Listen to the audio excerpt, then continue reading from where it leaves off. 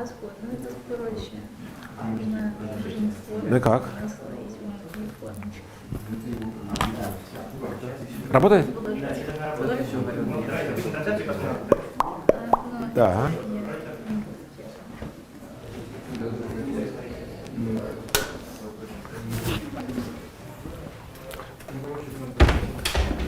Ты чего, считается, что работает? Да?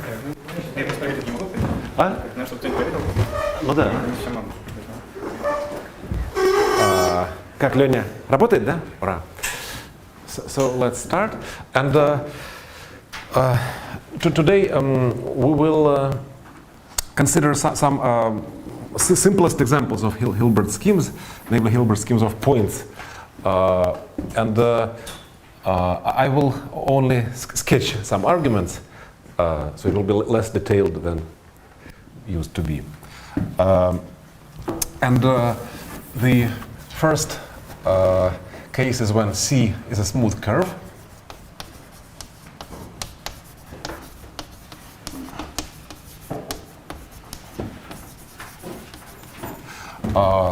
Then the claim is that we fix Hilbert polynomial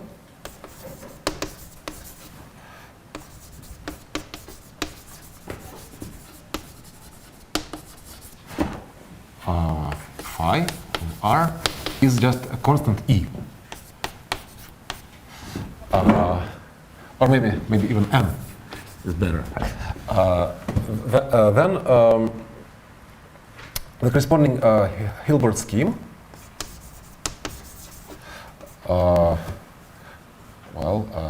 N of C is the same as the quad scheme of the structure sheaf OC. Well, if you want, I can write like this, and over point. Yes. Fix projective space. Embedding, yeah. Okay. Well, it's a projective curve, so it's C lies in some projective space. I fix this embedding, well, I also have to fix some ample line bundle. There's a lot of ample line bundles on the curve, but in this particular case of constant polynomial, nothing matters at all. Yeah, I mean it's just n points on our curve, and it really is just this. It is just C to the symmetric power n.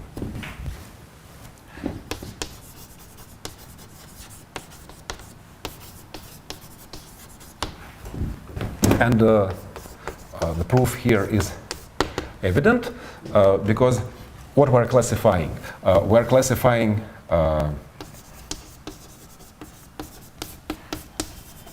subsheaves J in the structure sheaf such that how to say, length of the quotient sheaf is n. Okay, so in other words, the dimension of the global sections of this quotient sheaf is n. Okay, and then from what we studied about curves some long time ago, and everything probably everybody forgot, but it implies that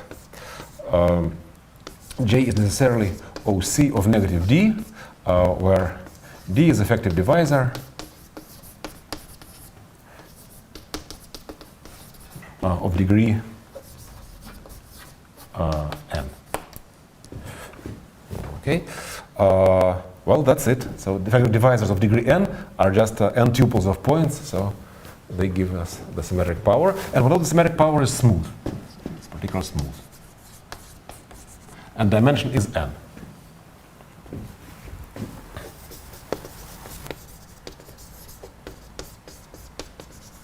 Okay, and there is nothing much to add, but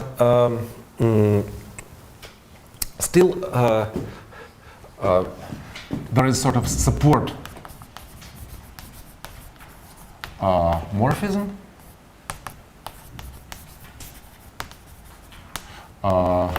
from the Hilbert scheme to the symmetric power, and it's an isomorphism. Look at different conditions for the symmetric power. Yes, absolutely. Thank you. Okay, and it's also called Hilbert-Joe.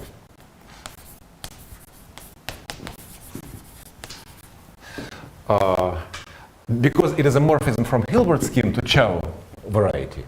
Again, if you remember anything from the last year, we had some problem assignment about Chow variety cycles. Mm-hmm.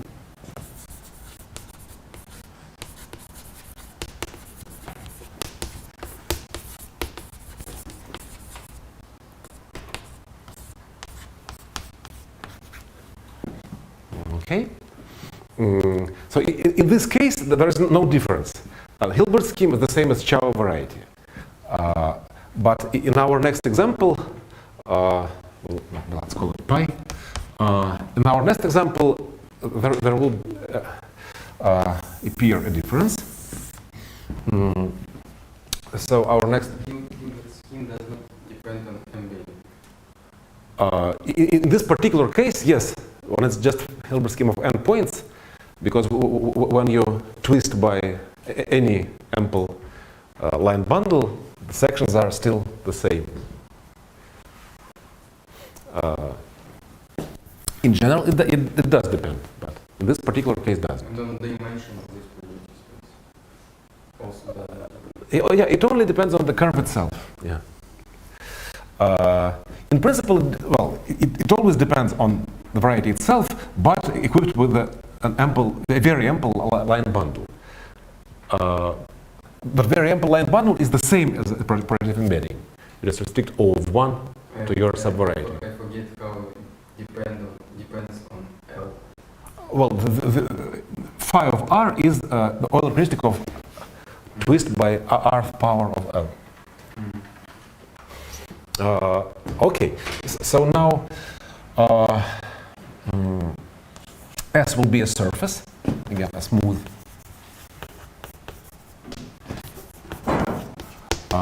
projective surface, and again we'll study this Hilbert scheme. Yes? With the curves. Pardon me? What if our curves is not smooth? Then it's much more interesting, but we will not go there at this moment. It's not like it's, it is not. It's much more interesting, and somehow many people right now study this problem, but we will go in some different direction. So we consider a smooth projective surface, and then the claim will be that again this Hilbert scheme of n points on the surface will be smooth. And dimension is just 2n. And there is the Hilbert-Chow morphism to the symmetric power of our surface, but this guy is not smooth anymore.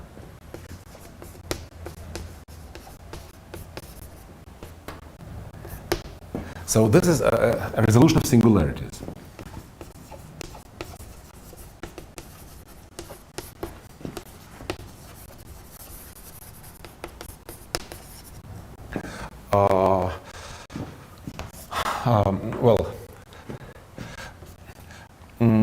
Let's consider, say, the simplest example when the problem is local, clearly. So we may assume that our surface is just the affine plane, and n equals 2. And let's consider the second symmetric power of the affine plane. So pairs of points,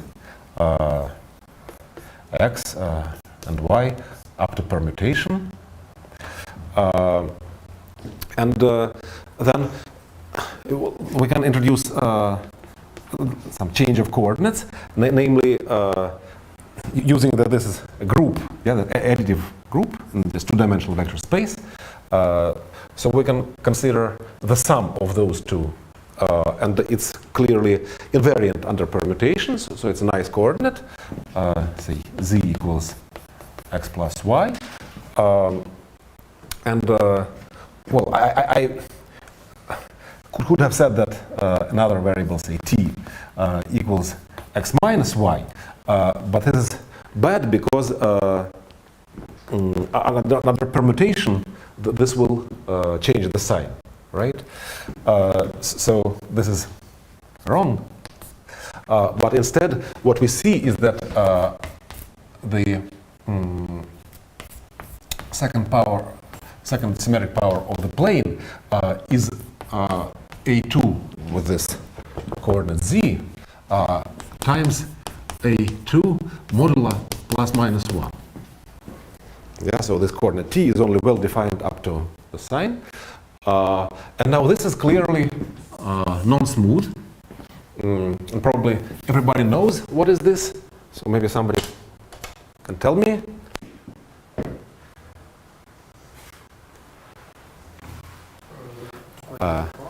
Like Chen? Can I? Oh. The quotient. Try. Can you? Just, what is this? Can you? Just because one coordinate is the sum, another is the difference up to plus minus 1. Again, we have like coordinates sum And what? Just like blow up along diagonal. Yeah, this will be the blow up along diagonal, that's true. But before we state your answer, what is the thing to blow up to begin with? Yes, absolutely, yeah. Because here I have two coordinates, say AB. And here the coordinates are the invariant functions. So it's like a squared, b squared, and also ab. There are three basic invariant functions, but there is one relation between them. So if we denote them, say u, v, w, then u, v equals w squared. Okay, so this is the quadratic cone. And you see that, well, the real part looks like this, and it's really, it has a singularity at the origin. Okay, and then, indeed, we can blow it up.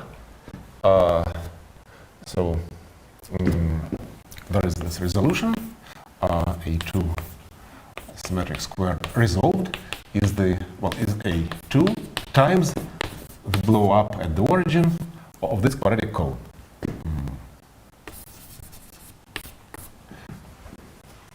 Okay, so then you just somehow glue into here. Well, some people can draw it, but I'm unable. But you, yes. Power is blow up. Blow up is Hilbert scheme. Yeah, the Hilbert scheme will turn out to be this blow up. Yes. Yeah, but it's wrong. It's resolution. Okay. Yes. So it's resolution. And then you glue the tangent cone, the projectivization of the tangent cone.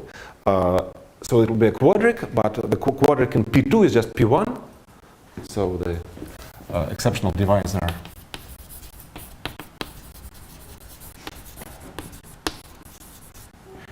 E is isomorphic to P1. So it's a quadric in P2, given by this equation. Okay, and it is smooth. And then you see, our Hilbert schemes and quad schemes were only defined for projective varieties. Yeah, otherwise it doesn't make sense to. I mean, the Euler heuristic will be not defined. I mean, the global sections will be infinite dimensional, or homology will be not dimensional, so nothing to speak about. But due to the existence of this Hilbert-Chow morphism, you see that the Hilbert scheme actually has a local nature. So in this S, you can take any open subset, and then you will have open subset in the symmetric power, and accordingly here you will have the Hilbert scheme like this, just the pre-image of this open thing. So Hilbert scheme parameterizes like point subschemes inside S, and you just require that the support lies in this open part. So it makes sense to speak about Hilbert scheme of I mean point Hilbert scheme of the affine plane. And then I claim that indeed the second Hilbert scheme of A2 is this resolution. Oops. And more invariantly, this is the blow up of the diagonal in the symmetric square.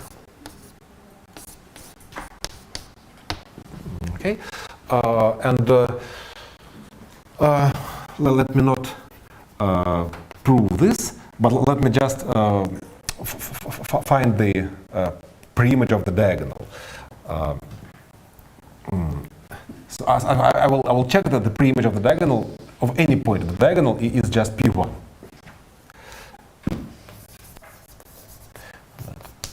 Pi inverse of whatever XX is isomorphic to P1.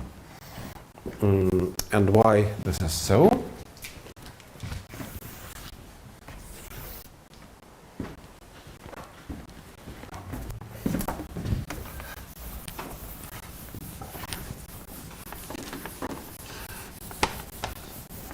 Well, first of all, it should be clear that when we have two distinct points, or maybe x, y is bad. Oh, no, x and y, fine. There are two points in A2. So the notation is consistent. Pardon me? In this case, exceptional device would be A2 times B1. The whole, yes. Yes. Mm-hmm. Of the whole lap exception. Yes. Mm-hmm. Mm-hmm. So it'll be constant along diagonal, along shifts. So when x is distinct from y, then the only subscheme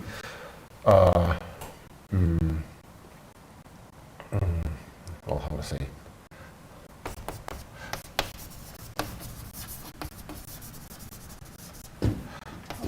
is x and y, just 2 points, okay, with the structure sheaf OX plus OY.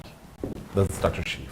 But when they are the same, then this subscheme, so I have some ideal in OA2, well, maybe say x is equal to 0, so the ideal will be concentrated, well, the quotient will be concentrated at this point, so it goes to OZ, sorry, well, no.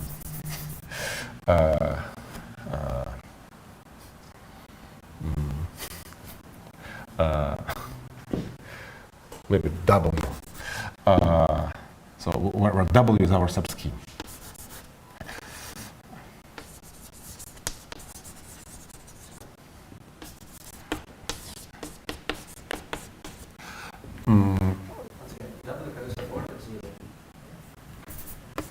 Yes, But this may have been important. absolutely, it must have nilpotence. Yeah, because it must be two-dimensional. So it's not just O of the origin, it's something else. So what do we know about J? We know that, in fact, the square of the maximal ideal of 0 lies inside J, but on the other hand, it lies in the maximal ideal itself. Because it's supported at the origin, so it lies in the maximal ideal. Okay? But this quotient is two-dimensional. Yeah, with now I need some coordinates. So maybe let's have coordinates T and S. Yeah. No. A and B. Yeah. Okay. So this is spanned by A and B, and this is spanned by A squared, AB, and B squared. Okay, so this quotient is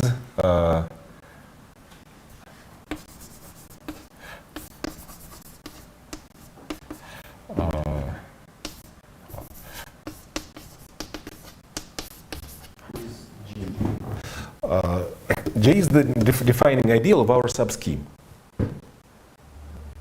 Ideal of W.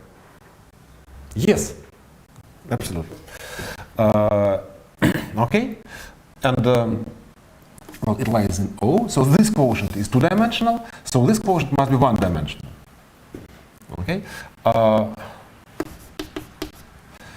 and well, you have this two-dimensional space, and you just choose one-dimensional line inside. So it's P1. Okay, and the same P1 as we had in the fiber here. And let me not go into further details. Let me just say that, well, I already said that it is a smooth, the Hilbert scheme will be smooth, dimension 2n, and to check the smoothness, you just compute the tangent space.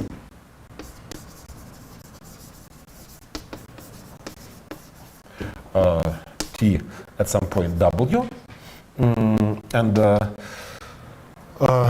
the tangent space. So here you need the actual definition of Hilbert scheme. So that, I mean, that is representing certain functor, because the tangent space is morphisms from the spectrum of dual numbers.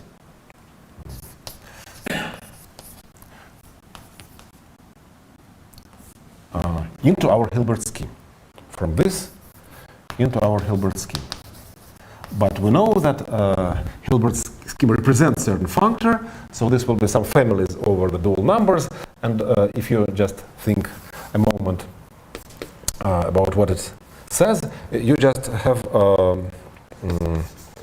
homomorphisms over OS from the corresponding ideal into the corresponding structure sheaf. So this is just the quotient of OS modulo the ideal. Is it a tangent space or Yes. a tangent bundle? Well, it's the fiber of tangent bundle at this particular point of Hilbert scheme. How the radius depends on W. Pardon me? Left hand side depends on W. Yes. The right hand side. It's like Well, in here you have just one point, the spectrum of C itself, and it must go to point W. Cube. Yeah, it's just Hilb n of S, but we only consider those morphisms that the point in here goes to W in there. it's not all the morphisms, it's just morphisms. Yeah, such as that the point goes to W in here. All morphism is tangent bundle. Yes. Okay, and then you just make some computation and make sure that its dimension is always 2n, and hence it's smooth, n-to-n dimensional. Is it better to write a closed point on W if this point goes to 1 to Yeah. not to W, but to close to the set of closed points of W? No, W is a subscheme, which is a point of Hilbert scheme. So, А откуда следует предполагать, что схема Гильберта есть решение особенностей, которые написаны? well, I just claimed that the Hilbert scheme is smooth. There is this Hilbert-Chow morphism. The base is not smooth. Hilbert scheme is smooth. Well, usually when you speak of resolution of singularities, you require that this morphism is an isomorphism over some open set. But clearly it is when all the points are distinct. When all the endpoints are distinct, then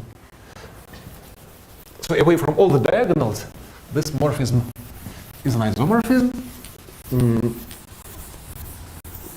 Okay, and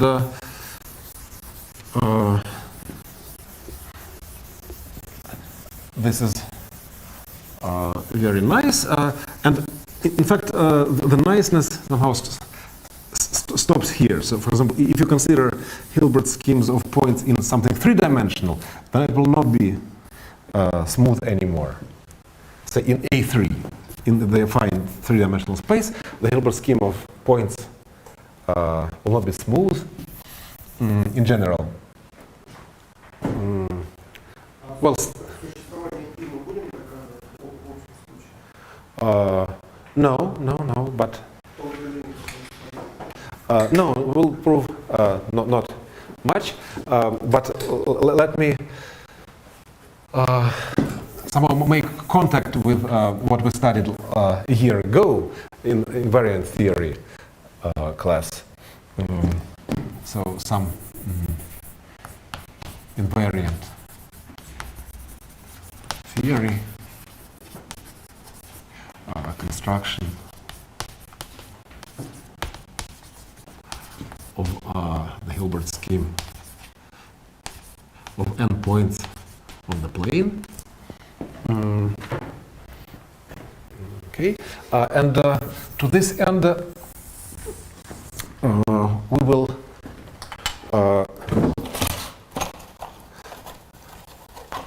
view this Hilbert scheme not as the moduli space of quotient sheaves and dimensional, but rather as the kernel ideals. So, as we wrote here, we have an exact sequence.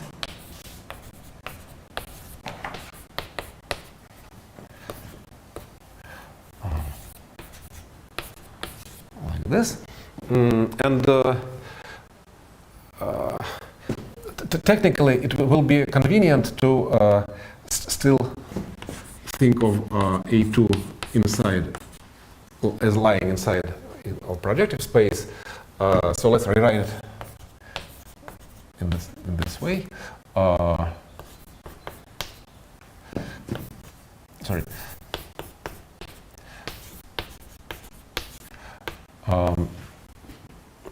But with extra requirement that the quotient is supported away from the infinite line.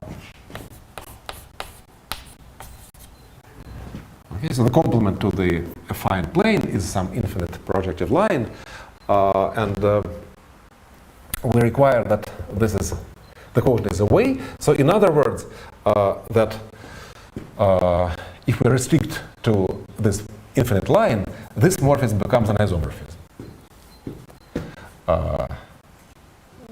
So plus an open condition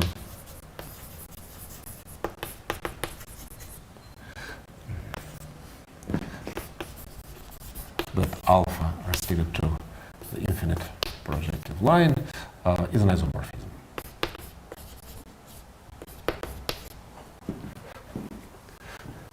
So there is some maybe strange at the first glance way to formulate this, that this Hilbert scheme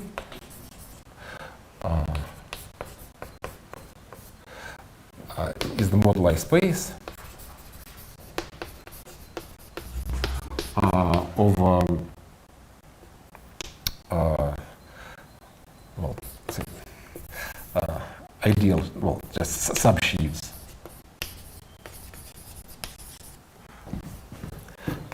J in the structure sheaf equipped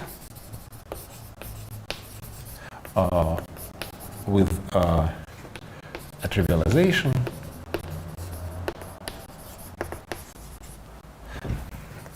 J restricted to the infinite line is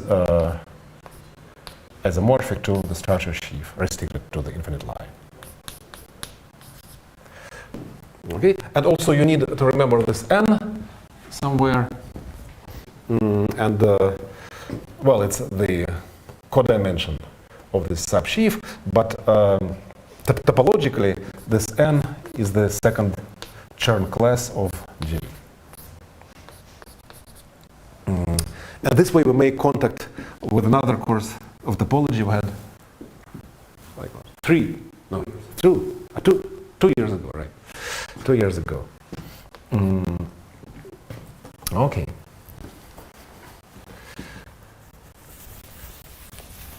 Here, OV is a skyscraper sheaf supported at endpoints.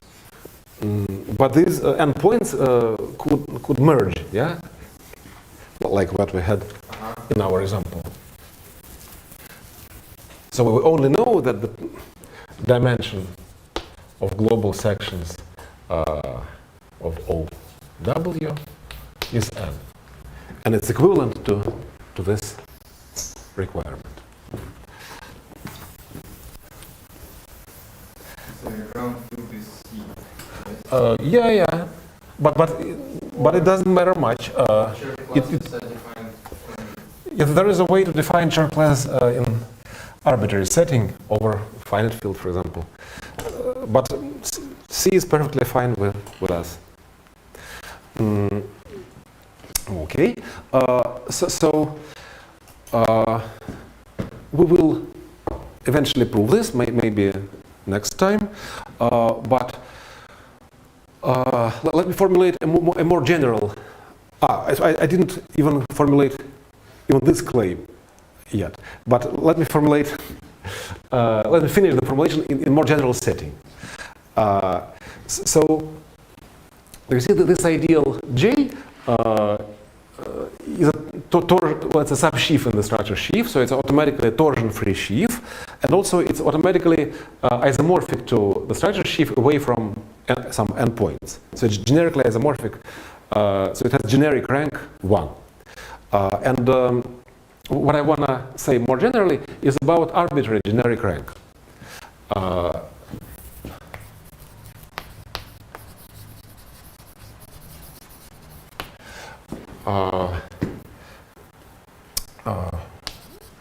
We'll consider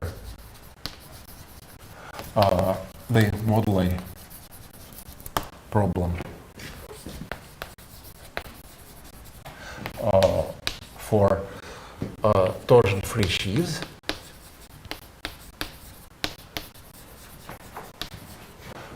F on P2 of generic rank R, second Chern class N, and we still keep this rigidity isomorphism at infinity.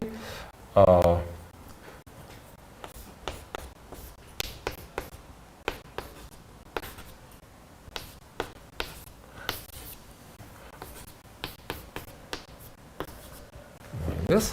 So it's a part of data. So if this isomorphism is given, okay, it's fixed. So if we change the isomorphism, our yes. It's torsion free, so it's subsheaf of. No, not necessarily. No. Somehow, for rank 1, I will explain this next time.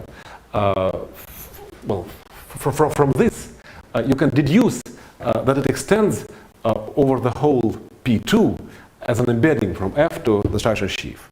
But for higher rank, it's not true. And now we only have isomorphism. Only at infinity, yeah. But for rank 1, for some miraculous reasons, it will extend to an embedding like this. Okay. So then, maybe I will not formulate what I mean by this moduli problem, but you will have some test scheme S or maybe T. What I had, I forgot T. The test scheme T. Then we take the product with P2, and then inside we have T times P1 infinity, and then we have this big torsion-free sheaf F that is flat over T, and so on. And on each fiber it has Chern class N. So I hope you can finish this formulation yourself. Yeah, just okay. And then the theorem that I'm going to prove, or at least to sketch the proof of, is that this moduli problem has a solution. I mean, it's representable by some scheme. MRN, the so-called Gieseker moduli space.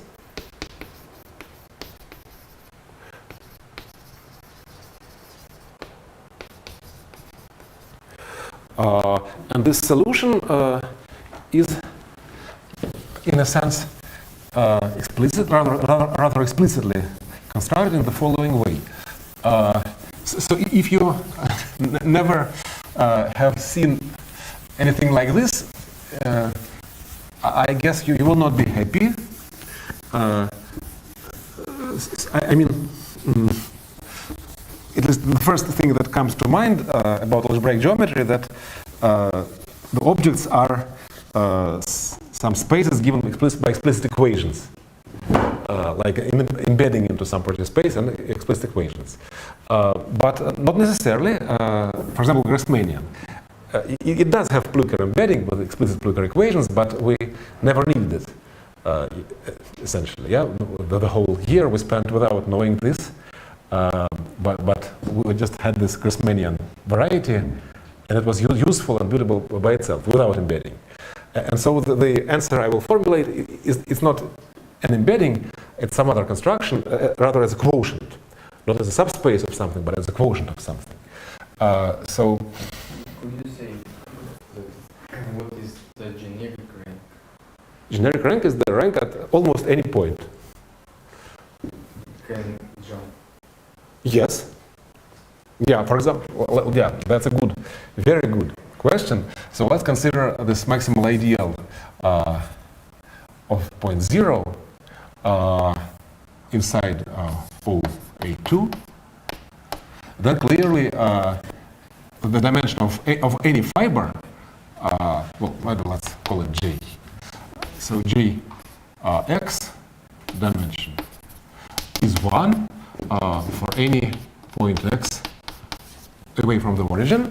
And let's compute the dimension of the fiber at 0. So what will be it? What will it be? 2. Right, because it's M0 quotient modulo A and B.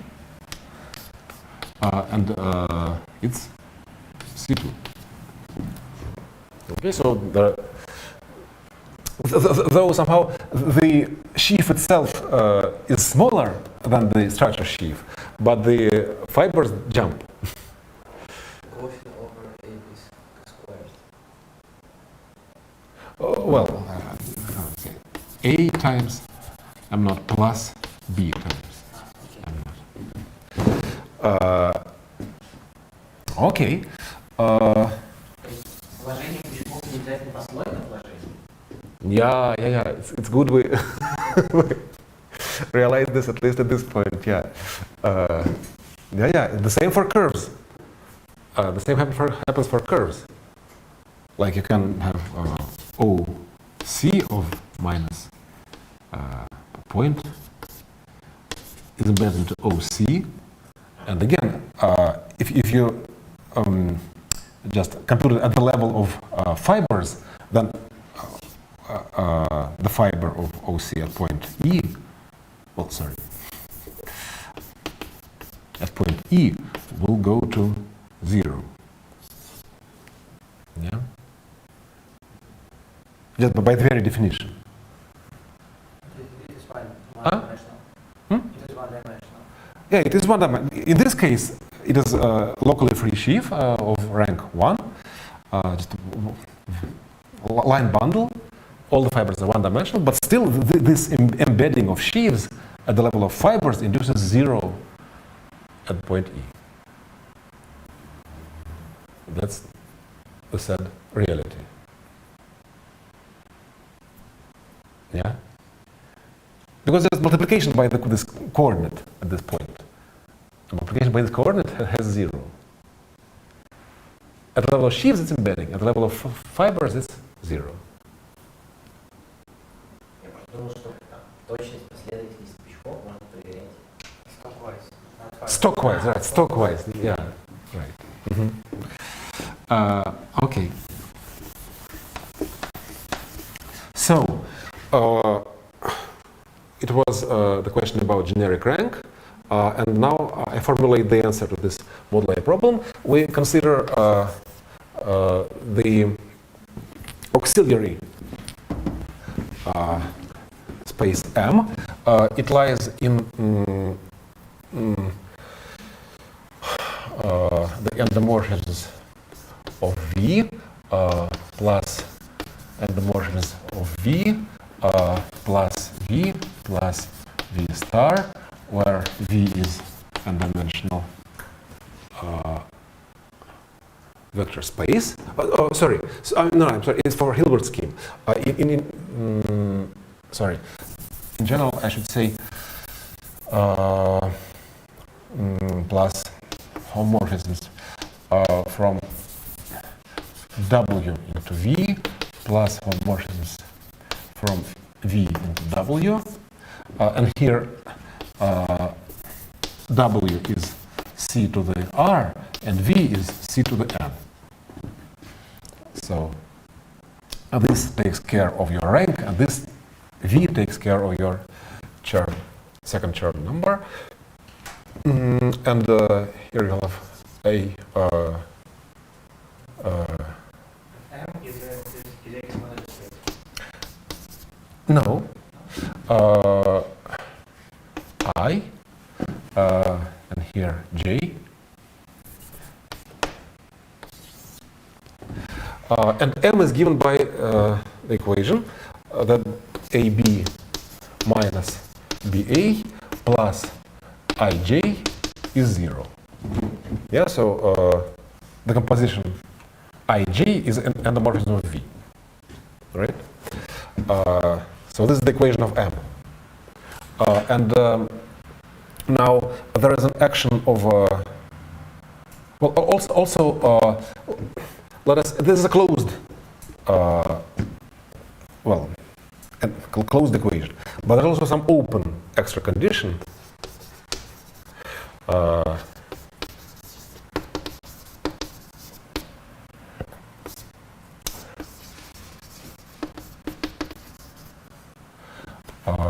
S is that how to say the I how to say A and B applied to the image of I, but you apply them many times. I don't know how to say this. A and B generate V from the image of I. So in other words, if there is some space U in V such that A, it's invariant under A and B, and contains the image of I, then U is the whole of V. Okay, so it's clearly an open condition. And I can also formulate some dual condition. It's really absolutely dual. So maybe somebody can formulate it while I'm erasing.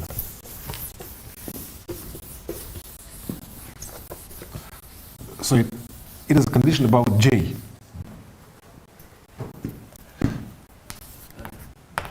Yes? Like we need to apply J to something. If U is inside Yes. the kernel of Right. J, and is invariant, Yes. zero.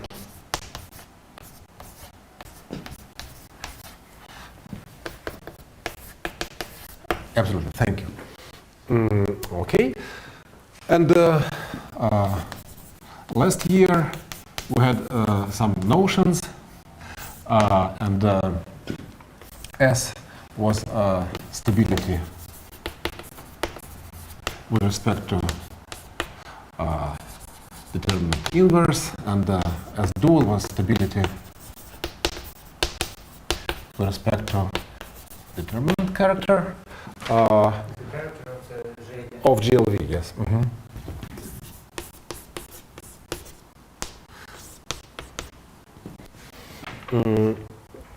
Okay, so now this S dual is disregarded for a moment. So M is given by one closed condition and one open condition. Okay, but inside M there is some subvariety M naught where we impose this extra condition as dual as well. So it's an open subvariety. Okay, so now there is a natural action of GLV just by the change of coordinates. So the action of GLV is free, and if you take the quotient,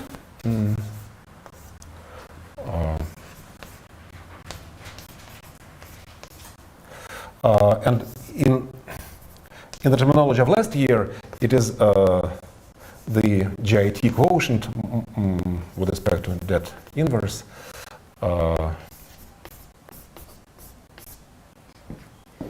But not M, sorry, not M. No. So maybe I should change some notation. So M is closed, and then with this open condition we get M naught in M, and with this dual open condition we get some still smaller open subset in M0. Okay, so this action is free, and this is the determinant inverse GIT quotient from the point of view of the last year, and this is the Giesecke moduli space. And note that not only GLV acts here, but GLW also acts there for the same price, and this quotient carries the residual action of GLW.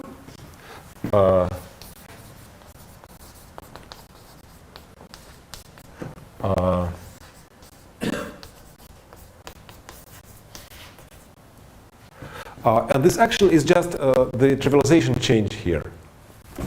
So here we have the action of GLR. So it's the action on alpha.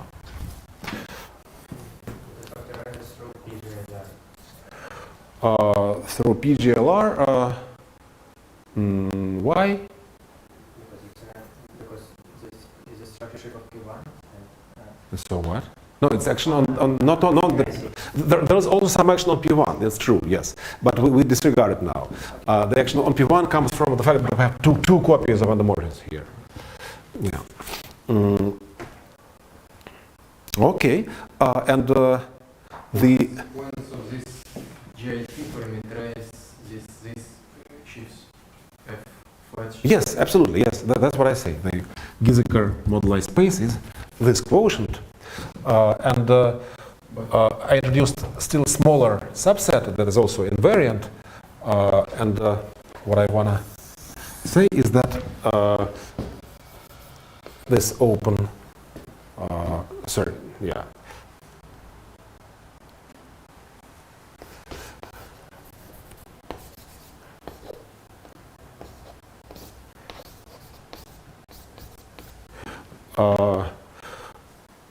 Is the moduli space of vector bundles.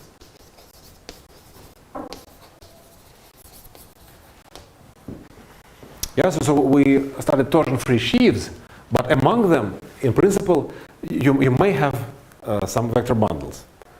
Not only torsion-free, but locally free. And that's how we get them. But in case when the rank is 1, there are absolutely no such things. No vector bundles of rank 1. They are only ideals, and they are only torsion-free, not locally free. So this M00 of 1 n is empty. Okay. So that's what we plan to prove next time. But we start today.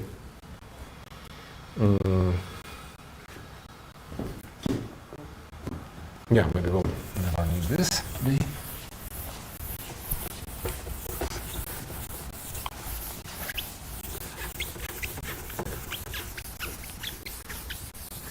So once again, I advertise this construction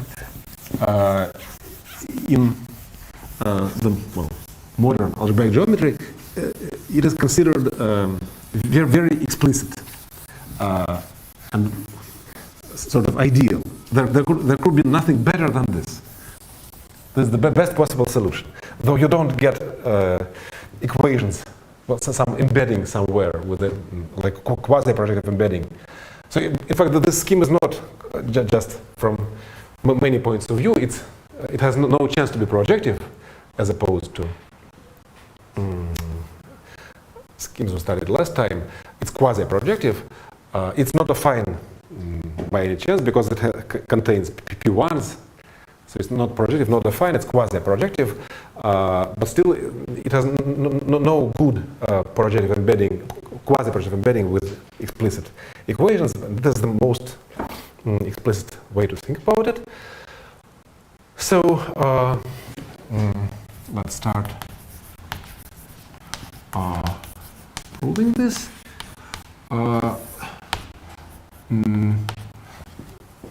And well, the first thing is the resolution of a diagonal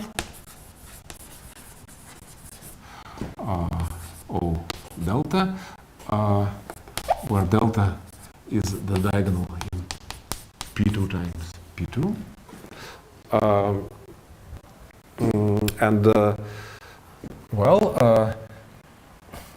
On P2 you have the standard. P2 is a particular case of Grassmannian. So I have the exact sequence. 0 goes to the universal subsheaf, goes to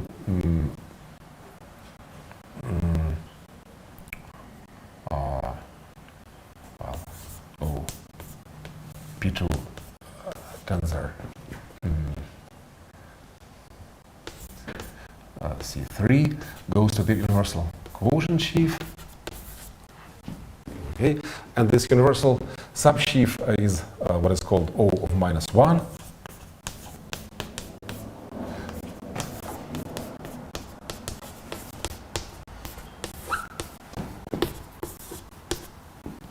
Okay, and now I consider the product of P2 and P2, and there we consider the external tensor product of some of these guys, and there will be some canonical morphism or section, namely. So on P2 times P2,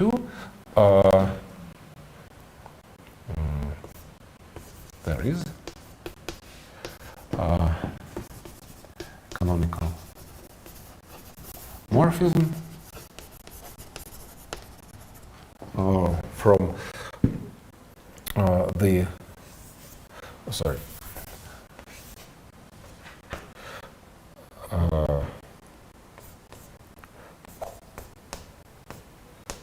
pullback of the subsheaf to the pullback of the quotient sheaf. In fact, it factors through the same trivial vector bundle. Yeah, so you just take whatever S line at this point and project it into the quotient at the other point. Yeah. So L goes to C3 goes to C3 modulo L prime. Yeah. And you see that it is if L is not L prime, then this morphism is not zero. So it vanishes only at the diagonal.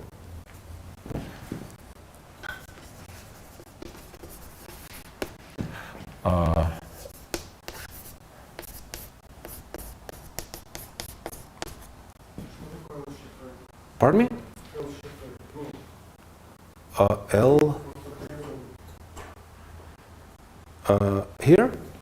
L prime. По-русски L штрих, да? It's just a fiber at some other point. Yeah, there is a well, here you have L.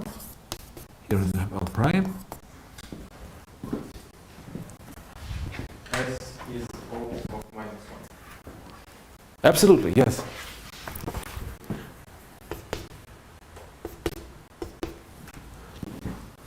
Universal subsheaf. Yes? A question about this row. So Yes. you say that this M00, yes, that it is open inside. Oh, yes. But Because the condition you formulated was open, yeah? but it Wasn't is, it? But it is empty. Yeah, it can happen that some open sets are empty, yeah. For rank 1, it's empty. For higher rank, it's dense, non-empty and dense. Starting from rank 2 and higher, it will be open dense.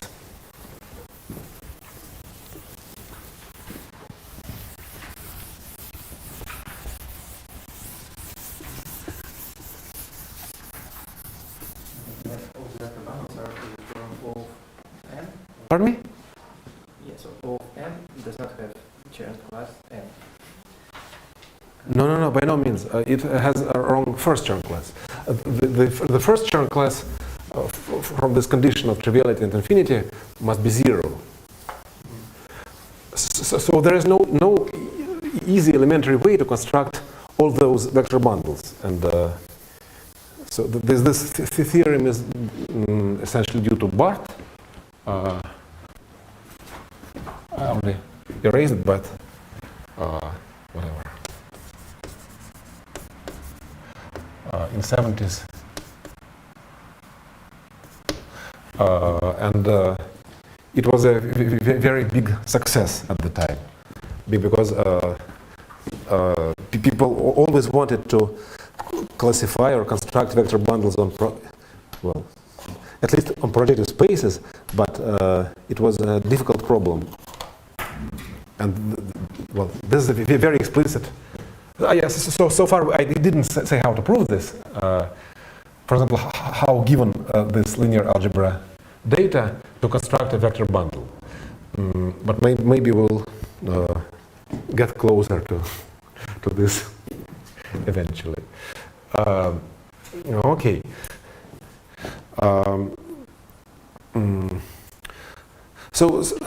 Well, I'm planning to deduce from this the resolution, Kashul resolution of diagonal, and then from Kashul resolution of diagonal, we will deduce so-called Belenson spectral sequence that allows to envelop a vector bundle that we're after into some monad, and this monad will be given by linear algebra data that come from here. Okay, so we view this morphism as a section.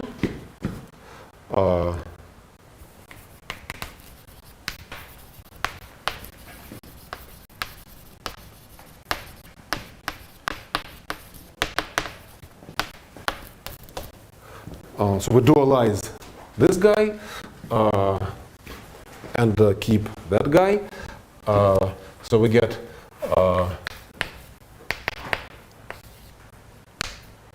of 1 tensor, the pullback field, and maybe just to save notation, let's denote it in standard way of 1 external tensor product with Q. Okay, and this section will be called S, small s, and then we know that the section S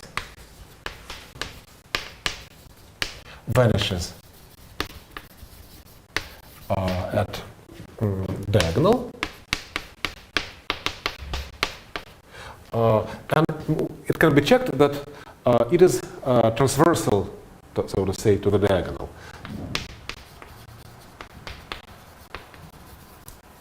What do I mean by this? The diagonal is two-dimensional in this four-dimensional space, so it has codimension 2, right? And also this is dimension rank 1, this is rank 2. So it's two-dimensional vector bundle on four-dimensional space, and its section vanishes in codimension 2, and there is somehow, well, I cannot draw four-dimensional things, but it's vanishing like this. So this is P2 times P2, this is diagonal, and this is the graph of our section. So it's transversal to the zero section. The section S and the zero section intersect transversally at the diagonal. Yes? Say equivalent with that locally S, locally the regular functions that which correspond to S generate, I don't know, conormal bundle. It's the same. Let's say it's first. Well, yeah, whatever you can say will be correct. Just because the vector bundle is two-dimensional and the section vanishes in codimension 2. S is a map, is this map? Pardon me? Yes, S corresponds to this map, yeah. What do you mean it corresponds to this? Because the homomorphism from this to that, in other words, a section of dual of that, tensor that. I dualized this O of minus 1 and obtained O of 1. Okay, so now let's write down this Kashul resolution. And the Kashul resolution is some ubiquitous and most effective computation tool in commutative algebra, homological algebra. And you have the home assignment for the next week, 26th, April 26th, about Kashul resolutions. But it appears in many incarnations, and the incarnation you have in home assignment is a little bit different from this one, but essentially everything is the same. So just look it up in your home assignment, and in this case it's just a two-dimensional case, so it's very short and explicit. So what is it? First of all, you resolve the strategy sheaf of diagonal. Is the quotient sheaf of the strategy sheaf of the ambient product, and now here you have the section but transposed morphism from the dual bundle. So the section is morphism from O to this, and I will take the transposed dual section from dual of that to O. So it will be O of -1 external product with Q dual. Okay, and it has rank 2, right? So you can take its exterior second power.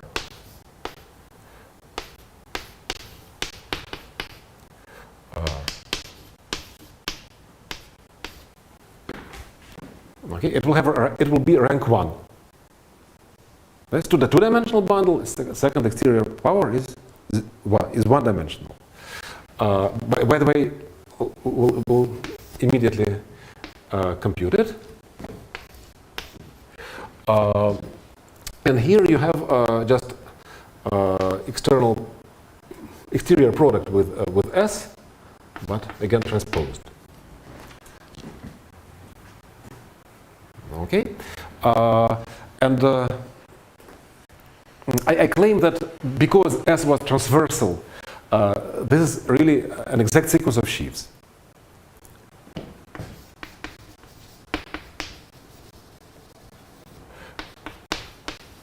Could you repeat why the section is transversal to the zero section? I didn't prove this, but you are welcome to prove it. Check it yourself. Can you just repeat what this means? Because I kind of misunderstood. You're going to formulate it yourself. But, locally you have we have P2 times P2 and the total space of this vector bundle V. So it's 4-dimensional, it's 2-dimensional, so it's like locally looks like A6. And there you have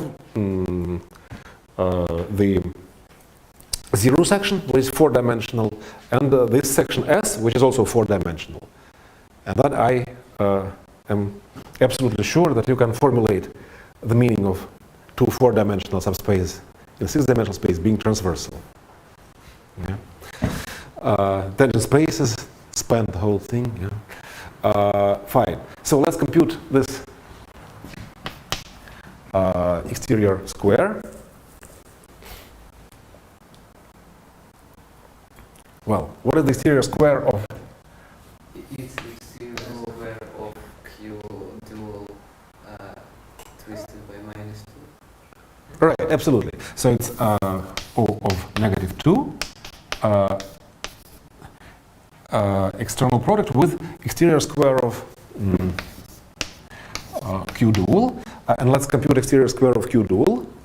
Oh, -1. How do you know?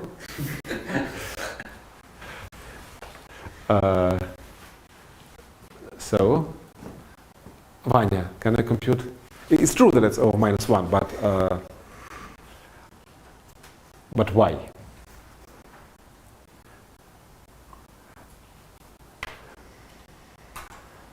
Well, it will be a line bundle, right?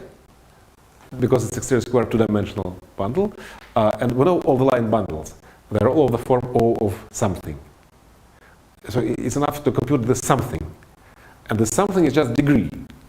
the degree. So we only need to know the degree. But you know the degree of Q dual. Yeah? What is the degree of Q? What is the degree of O of minus 1? Right. What is the degree of trivial bundle? 0. So what is the degree of Q? 1. And what's the degree of Q dual? Minus 1. So that's it, right.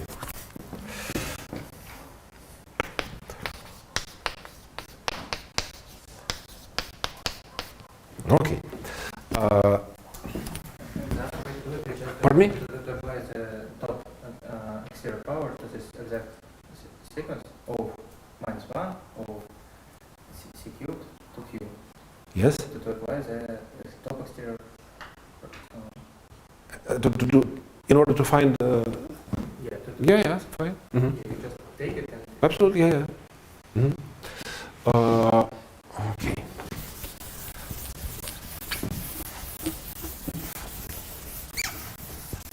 Okay, and now this is very useful because you see it's a resolution of the structure sheaf of diagonal, but all the terms of this resolution they are factorizable, so to say. Yeah, they are external products of two sheaves lifted from first copy and the second copy. Here and there. Yeah? So maybe let's call it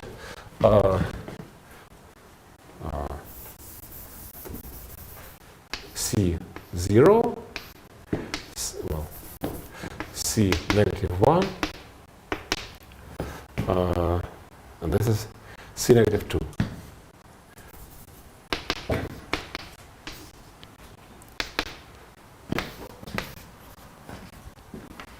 And they all split into external tensor products.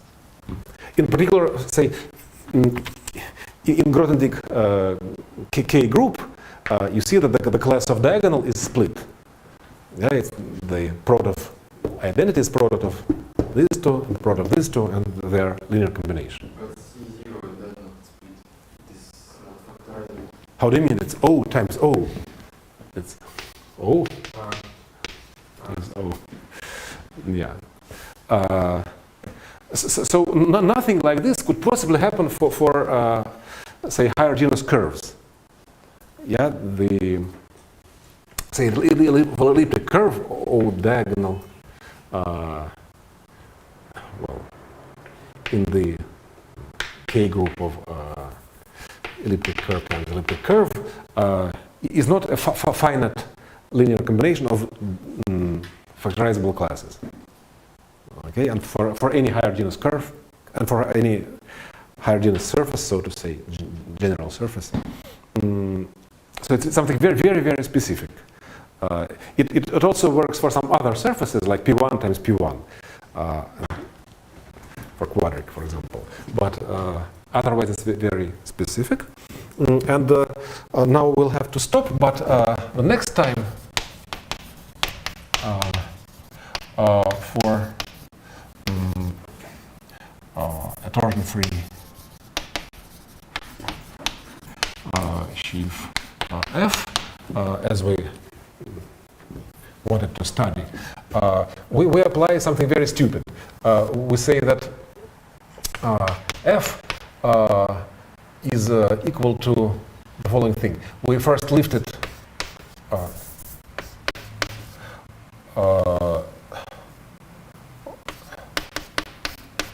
to the product. It was on P2 times P2.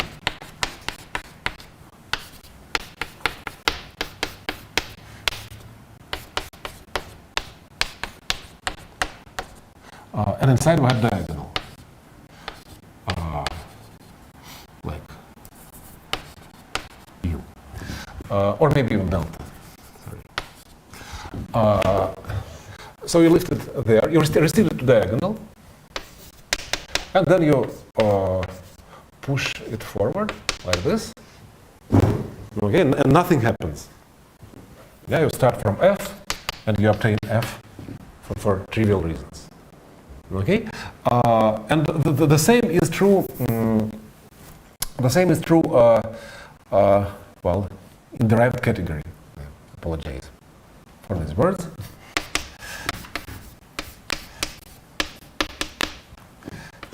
But those two are exact. So, well, I can write it like this, but it doesn't really matter.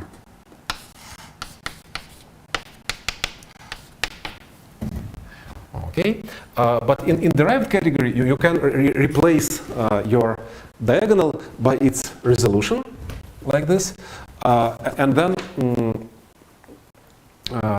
we'll compute the same thing, the f itself, with help of this resolution. Okay, and this computation is sort of difficult because when I compute direct images, you will have some higher cohomology, and to organize this computation, you have to set up some certain spectral sequence.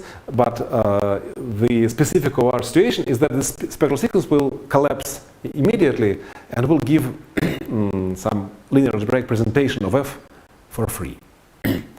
So that's what we'll do next time. I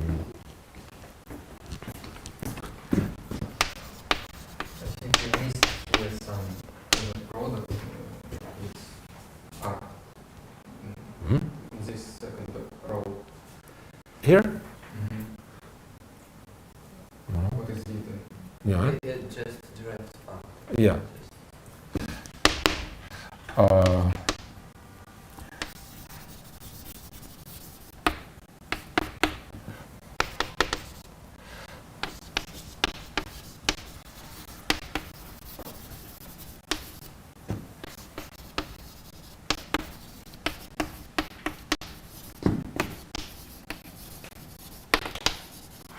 And this spectral sequence is called a Beilinson spectral sequence because it was first realized and formulated this way by Beilinson.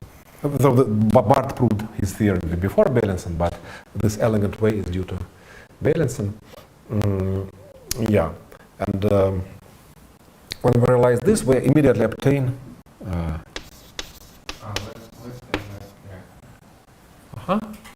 L is left, the right one. Yes, absolutely. So we immediately obtain the monad from the linear algebraic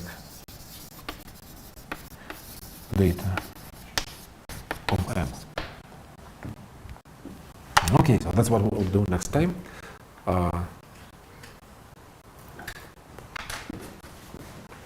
And when we succeed with this Gieseker space, we'll return back to rank 1 and obtain, as a very particular case, the construction of Hilbert's scheme.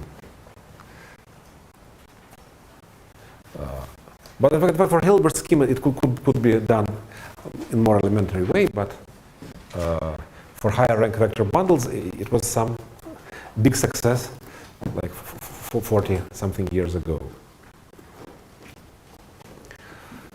Thank you.